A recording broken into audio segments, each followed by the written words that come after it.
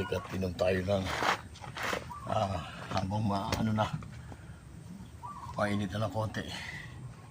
Inom tayo ng ating buko.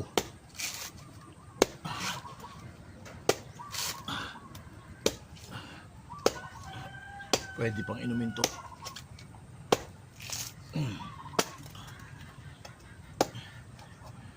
Yun lang, hindi na pwedeng pambenta gawa ng sa biyahe, bumitak na siya. Pag hinalo mo sa sabaw to, may amoy ng konti. Ayan, kaya hindi na binibenta ng aking bayaw.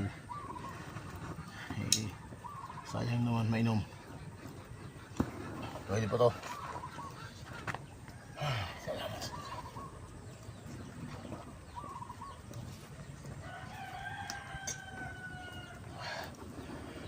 Lasang sabaw pa naman pero may konti na siyang lasa.